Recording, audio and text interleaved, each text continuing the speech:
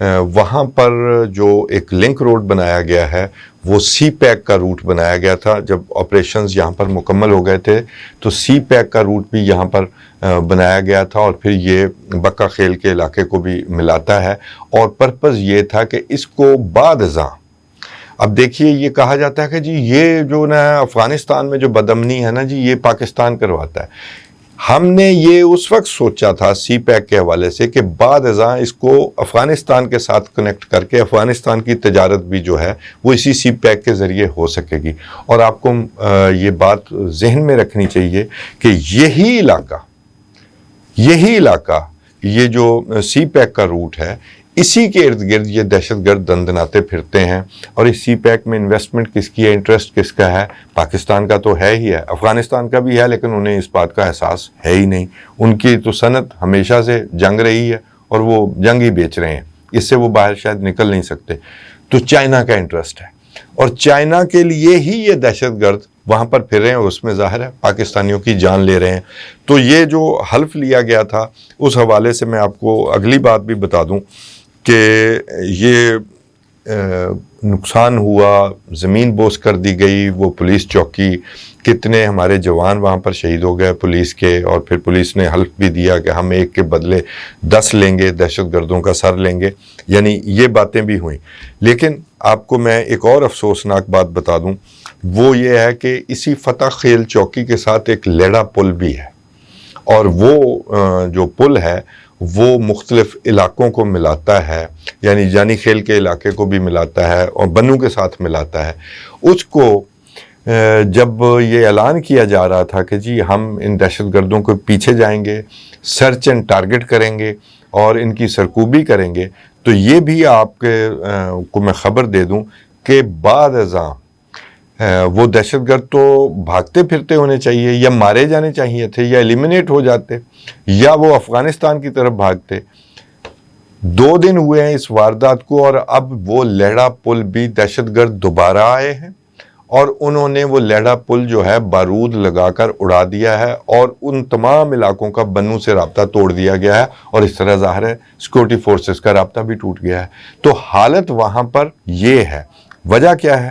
وجہ دونوں جو حکومتیں ہیں، وفاقی حکومت یا جو نیشنل ریزالو ہے، قومی جو ریزالو ہے دہشت گردی کے خلاف، اس کے ساتھ جو وہاں کی حکومت ہے وہ اس طرح تعاون کرنے کو تیار ہی نہیں ہے. ٹھیک ہے، ان کے لیڈر جو ہیں وہ اڈیالہ جیل میں بند ہیں اور وہ دھرنا دے رہے ہیں، ان کے لیے یہ پرائرٹی ہے، لیکن ان کے صوبے کو آگ لگی ہوئی ہے اس وزیر اعلیٰ کو. اور وہ وزیر اعلیٰ کہتا ہے کہ یہ جناب یہ جو کچھ ہو رہا ہے یہ بند کمروں کے فیصلوں کا نتیجہ ہے. اب بتائیے کس ملک کی سیکورٹی کا فیصلہ چوک میں کیا جاتا ہے، اسٹیڈیم میں کیا جاتا ہے؟ یہ عجیب لوگ ہیں. کیونکہ ان کی ہمدردی ہے، کیونکہ وہاں سے انہیں پولیٹیکل جو ہے نا وہ مائلیج ملتی ہے ان لوگوں سے، اور وہاں پر جو بیلٹ باکس ہیں وہ پہلے بھر لیے جاتے ہیں. یہ بھی میں آپ کو بتا دوں. تو یہ ظاہر ہے کہ جی وہ بھی ایک طرح کی اپوزیشن بنا کر ان کے لیے سافٹ کارنر رکھا جاتا ہے. ان دہشت گردوں کے خلاف کوئی ایسا پلان نہیں بنایا جاتا. حالانکہ اپنی پولیس شہید ہو رہی ہے، وہ بے دست و پا ہو رہے ہیں، ان کے پاس ویسا اسلحہ موجود نہیں ہے، ان کے پاس ویسا ایکوپمنٹ موجود نہیں ہے جس سے وہ اپنا بچاؤ کر سکیں یا ان کی سرکوبی کر سکیں، لیکن بیچا یہی جا رہا ہے. کوئی ہمدردی نہیں ہے. یہ بے رحمی کا ایک لیول ہے. اور اس حوالے سے کسی وقت میں ایک پنجاب کے وزیر اعلیٰ بھی تھے جنہوں نے یہ کہا تھا، بات سب کی کرنی چاہیے، کہ جی طالبان اور ہمارا تو نظریہ ایک ہے.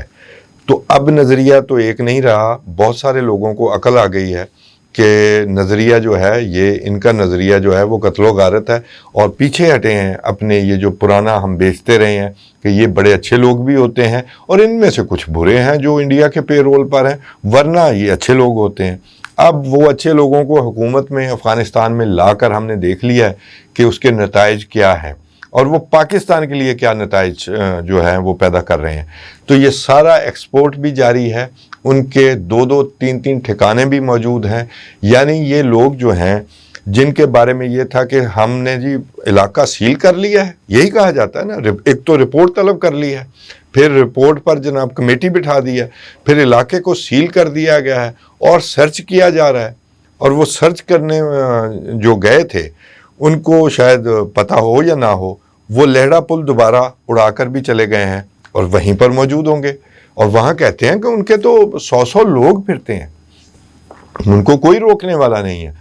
تو یہ نان سیریسنس کا لیول ہے جس میں ملک کی سلامتی داؤ پر لگی ہوئی ہے۔ اور میں نے دوبارہ کہہ رہا ہوں کہ بنوں جو ہے اس وقت ایپی سینٹر بنا ہوا ہے، اور بنوں کے ساتھ اگر یہ حال بنوں جیسے علاقے میں ہے، یا بنوں ڈیرہ اسماعیل خان سے جو سی پیک والا روٹ ہے وہاں پر یہ لوگ اپنا پہرا لگاتے ہیں، ناکہ لگاتے ہیں، تو پھر شمالی وزیرستان، جنوبی وزیرستان جس کو بنوں دونوں علاقوں کو ٹچ کرتا ہے، اس کی سرحد ملتی ہے، وہاں کیا حالات ہوں گے؟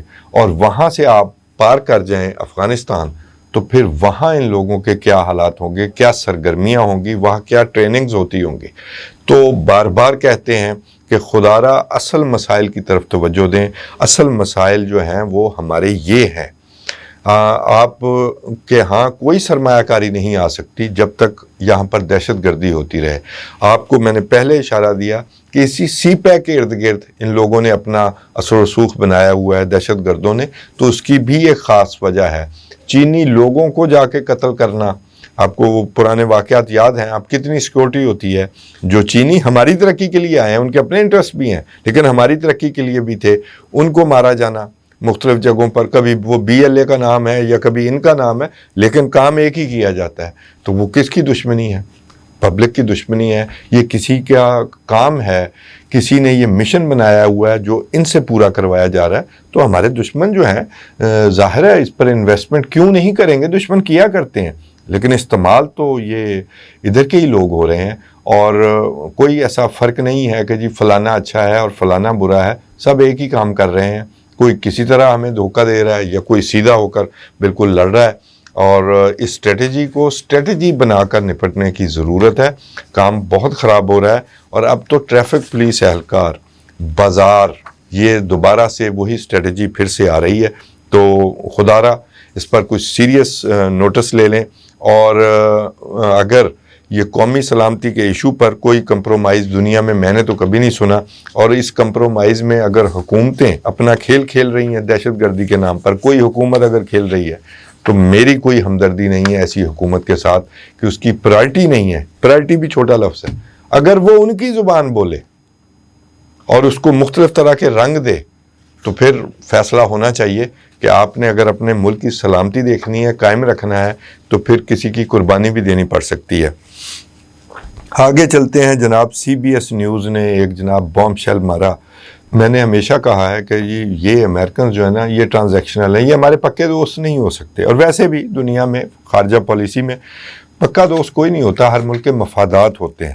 اور امریکہ کے ساتھ جو ہمارے مفادات ہیں، وہ امریکہ کا جب مفاد ہوتا ہے تب ہمارا مفاد ساتھ شروع ہو جاتا ہے، ورنہ جو ہی ان کا مفاد کو ختم ہوتا ہے یا ان کا انٹرسٹ ختم ہوتا ہے تو اس کے بعد وہ ہمارے دوست نہیں رہتے۔ اور اس بات کا تجربہ میرا خیال ہے پچھلی 8 دہائیوں میں ہم سے زیادہ کسی کو نہیں ہے۔ اور CBS نیوز ظاہر ہے اس میں جو طبقہ بیٹھا ہے انہوں نے جناب وہ کام کر کے دکھایا کہ جی ایران کے جو ملٹری ایئر کرافٹ ہیں، مجھے ویسے یہ بھی ہنسی آئی ہے کہ ایران کے پاس کون سے ملٹری ایئر کرافٹ تھے جو انہوں نے اتنے اہم، اتنے جدید اور اتنے لڑاکا تھے کہ وہ جنگ کے دوران انہوں نے پاکستان پہنچا دیے، اور وہ لڑائی میں شامل نہیں ہوئے۔ اگر وہ اس قابل تھے لڑنے کے تو وہ جناب پاکستان پہنچا دیے، اور جنگ ہوتی رہی، وہ ادھر بیٹھے رہے۔ آپ اندازہ کریں کس طرح کا پروپیگنڈا جو ہے وہ کیا گیا۔ ایران کے پاس فضائیہ نہ ہونے کے برابر ہے۔ شہنشاہ ایران کے جانے کے بعد ایران سینکشنز کی زد میں آیا، پھر ایران نے اپنا جو ڈیزائن بنایا اپنے دفاع کا وہ کوائٹ ڈیفرنٹ تھا، کیونکہ اس پر سینکشنز تھیں، تو انہوں نے ایک پراکسیز کا نیٹ ورک بنایا، یا ایسمیٹرک وار جو اب ہم دیکھ رہے ہیں۔ خاص طور پر انہوں نے ایران عراق جنگ جو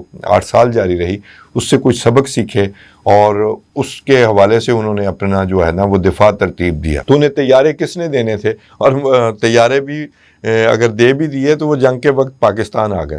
آپ اندازہ کریں الزام کا۔ پاکستانی حکومت نے اس کو بے بنیاد قرار دیا ہے، اور یہ کہا ہے کہ جی یہ جب مذاکرات ہو رہے تھے تو یہ طیارے یہاں پر موجود تھے اور بعد ازاں بھی لوگ یہاں پر موجود رہے. مذاکرات جو میں اکثر کہتا ہوں آپ دوستوں کے آگے کہ جو باتیں اب تو ویسے رواج پڑ گیا ہے کہ سوشل میڈیا پر فارن پالیسی طے ہو رہی ہے، یہ ڈونلڈ ٹرمپ نے کیا ہے، تو جو باتیں بظاہر میڈیا کے سامنے کی جا رہی ہوتی ہیں وہ اس کمرے میں اس میٹنگ روم میں بیٹھ کر نہیں ہو رہی ہوتی، وہ باتیں کچھ اور ہو رہی ہوتی ہیں. تو سی بی ایس نے اپنا کام دکھانے کی کوشش کی ہے، پاکستان کو ملائن کرنے کی کوشش کی ہے. خیر یہ بھی میں آپ کو ایک بات بتا دوں کہ جی پاکستان نے اسے بے بنیاد قرار دیا، ظاہر ہے قرار دینا تھا، اور وہ میں آپ کو لاجک جو ہے وہ بتا دی کہ جنگ کے دوران ایئر کرافٹ جو ہیں وہ اگر پاکستان میں رہیں تو انہیں آگ لگا دیں، وہ جنگ میں استعمال ہی نہیں ہوئے. تو لیکن یہ ایک طریقہ کار ہے.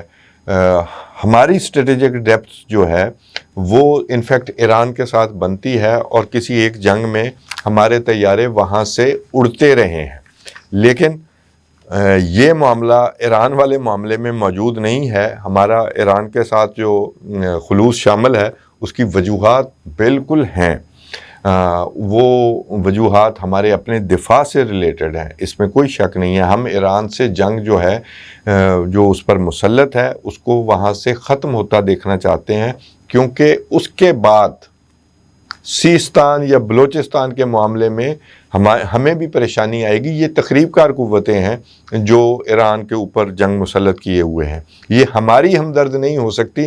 ہم چاہے ان کی ہمدردی میں شیعہ اور سنی کی تقسیم جاری رکھیں اور بے شرمی کی حد تک جاری رکھتے ہیں. ہم تو خیر طالبان کے حوالے سے بھی بہت سارے ڈھونڈ لیتے ہیں، لیکن وہ ہم سے کوئی رعایت نہیں کرنے جا رہے. اور وہ اب دیکھ لیں، ایک طرف سی بی ایس کی سٹوری بے بنیاد، اور دوسری یہ وہ نیتن یاہو کی بات کہ بوٹ فارمز بنائے گئے اور اسرائیل کے خلاف جو ہے نا وہ ایک کیمپین بنائی گئی. امریکن بن کے انہوں نے کیمپین کی کہ بھی اب ہمیں اسرائیل سے نفرت ہو گئی ہے. وہ دراصل پاکستان سے ہو رہی تھی، یہ ساری کیمپین ہو رہی تھی. پاکستان سے تکلیف ہے اس وقت، پاکستان مذاکرات کروا رہا ہے، پاکستان امن کروانے کی کوشش کر رہا ہے. ابھی ہمارا جو اسپوکس پرسن ہے انہوں نے کہا کہ جی ہم اس جنگ میں غیر جانبدار ہیں اور ہم تو میڈیشن کی جو ہے نا وہ کام کر رہے ہیں کہ دونوں ممالک جو ہیں وہ کسی صلح پر آمادہ ہو جائیں. دونوں تو نہیں، ہم انفیکٹ 3 ہیں بلکہ اور بھی ہیں، لیکن اسرائیل ایسا کچھ نہیں چاہتا. اسرائیل کے آپ وزیر اعظم کی زبان سنیں تو وہ تو فزیکلی بھی وہاں جانا چاہتے ہیں، کیونکہ امریکہ نے جانا ہے، انہوں نے تو جانا ہی نہیں ہے. اسپیشل فورسز کے ساتھ اٹیک کرنا چاہتے ہیں کہ ابھی ہمارے ٹارگٹس موجود ہیں.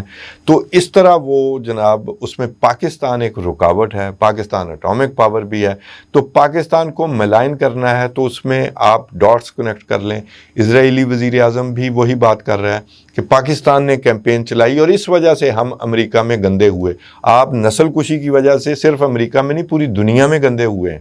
تو یہ سارا کچھ پاکستان نے کیا ہے. پاکستان میں اگر کوئی لوگ یہ پریٹینڈ کرتے بھی رہے ہیں تو کیا آپ نے نسل کشی کی نہیں ہے؟ لوگ اندھے ہیں کیا؟ میڈیا پر بہت ساری پابندی کے باوجود، ایون یہ یوٹیوب یا سوشل میڈیا کے جو بھی ٹولز ہیں وہاں پر بہت ساری آپ کی پرانی ہمدردی موجود ہے. اس کے باوجود امریکن یوتھ، یہ جو اب کی جنریشن ہے، یہ جنریشن چینج جو ہے وہ آپ کو اس بات پر مجبور کر رہی ہے کہ اب آپ امریکہ سے اگلے 10 سالوں میں پیسے نہ لیا کریں. جی 3.8 ارب ڈالر ہمیں آتے ہیں، 26 ارب ڈالر غزہ کے لوگوں کو مارنے کے لیے آئے ہیں. 26 ارب ڈالر کا اسلحہ آیا ہے اور اس میں پھر 7 فرنٹ وار کی شوخی بگاڑی جاتی ہے کہ جناب ہم 7 فرنٹ وار، آپ 7 فرنٹ وار میں ہر جگہ خود لڑنے گئے ہیں، لیکن بم، پیسے، اسلحہ، بندوق سب امریکہ کا تھا.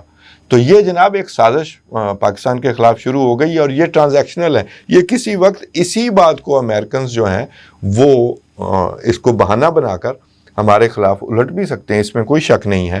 اور ابھی چین جا رہے ہیں ڈونلڈ ٹرمپ اور وہاں جا کر انہوں نے ہیلپ مانگنی ہے. ویکسٹ پوزیشن ہوگی اس وقت، اور انہوں نے ایران پر ابھی حملہ نہیں کرنا، ایران پر حملہ کر کے نکلنا بھی ہے. اسرائیل چاہتا ہے کہ ابھی مکمل جو ہے وہ ایک خاتمہ ہو ایرانی رجیم کا تو نہیں ہو سکا, اب ملٹری کا بھی خاتمہ ہو اور ہم پورا ٹارگٹ حاصل کریں, انہیں اس بات سے کوئی غرض نہیں ہے. اور اس میں اگر پاکستان رکاوٹ ہے تو پاکستان کو اس طرح ملائن کیا جا سکتا ہے, سائیڈ لائن کیا جا سکتا ہے. تو یہ وہی سازش کا نتیجہ ہے. ڈونلڈ ٹرمپ چین میں کیا بیچیں گے اور کیا خریدیں گے, اس پر ہم بات اپنے اگلے ویلاگ میں صبح والے میں کریں گے. تب تک کے لیے توصیف احمد خان کو اجازت دیجیے. اللہ نگہبان. 999 کمیونیکیشن ڈیجیٹل میڈیا اور یوٹیوب چینلز کی دنیا میں بڑی کامیابیاں سمیٹنے کے بعد اب ویب نیوز, ویب چینل اور یوٹیوب نیوز چینل کی طرف قدم بڑھا رہا ہے, جس کے لیے ہمیں ملک بھر میں رپورٹرز کی ضرورت ہے. خواہش مند حضرات و خواتین نیچے دیے گئے نمبر پر رابطہ کریں. What's app +92 309 1226 999.